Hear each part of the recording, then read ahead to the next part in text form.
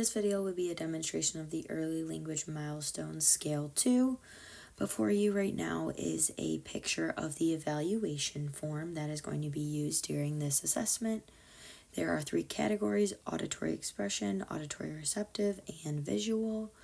To see where to start, you're going to start by finding the child's chronological age. It's easier to find this in months.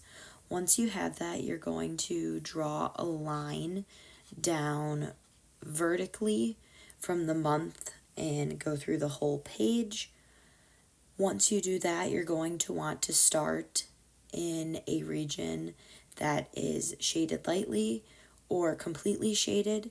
It will depend on the number that you start with. So for example, if you had a 6-month-old and we're looking at the auditory expression box, your line is going to be going through raspberry and monobabbling, but you would start with raspberry because it's darker shaded than monobabbling, for example. To begin this assessment, you're going to want to ask the parent the child's birthday, and then after drawing your line, you're going to want to start with those questions. So this is Baylor. He is 19 months old. So he's 1 year and 7 months and 9 days. So he's 19 months old, and that's the line that we drew down. So to start with him, I started by asking his mom if he has 4 to 6 single words. She said that he does, and she gave examples of some of those words. And then I moved on to my next question, which was working on his understanding. So I asked her if how much is he understood by strangers, about 1/2, 3/4, all or almost all. And she said about half, and that is a darkly shaded box. And so I would also circle the H there because that's through history. And then moving down, the next one was tell 2 wants. And she said he does. So for example, she said that when he wants milk, he'll sign milk, say milk, or point for milk. And then we moved on to the next section, which was auditory receptive. And for that one, I started with question 8, following one-step command without gestures. I was actually able to observe this after we had stopped recording because Baylor, as you can see in this part, isn't even in the video. He was a little frustrated while working on this, so he was off screen in this moment, but he was able to follow one-step command by following the command sit down. I was able to observe, and also his mom had indicated that he's able to do that. So we actually brought him back over because we were working on some object stuff, because he also did pass some areas of pointing to body parts, which was also history, along with 2-step commands without gestures, which was also history.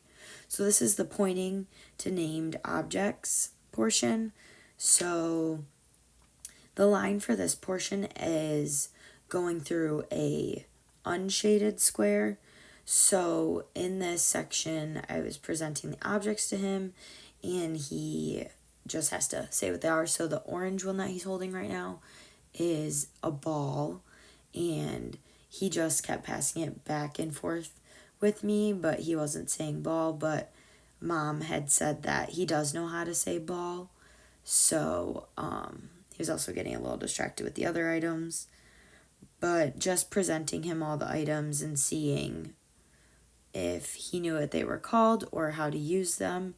So for this section, number 11, looking at the form, points to named objects, he did fail this section because he was not able to say or prove that he does, because for this one, there's a T next to it, which means that the only way to pass this is with direct testing.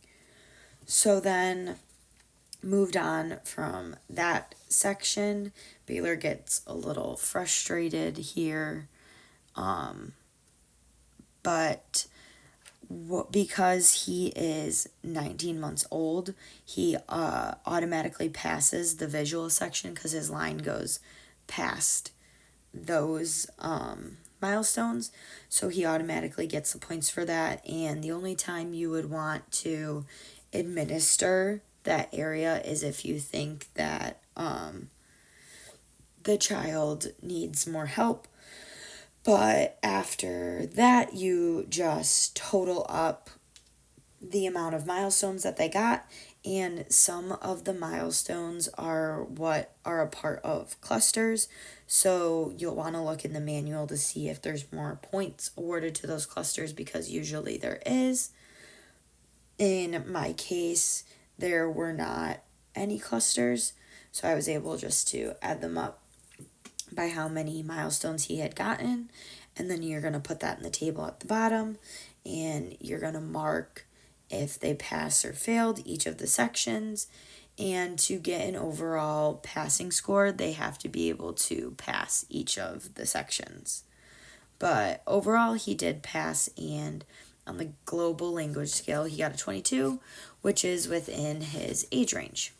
I also just want to say that this is very typical of a child, so just being able to work with what they give you is very helpful too. Here is a scanned version of Baylor's test form.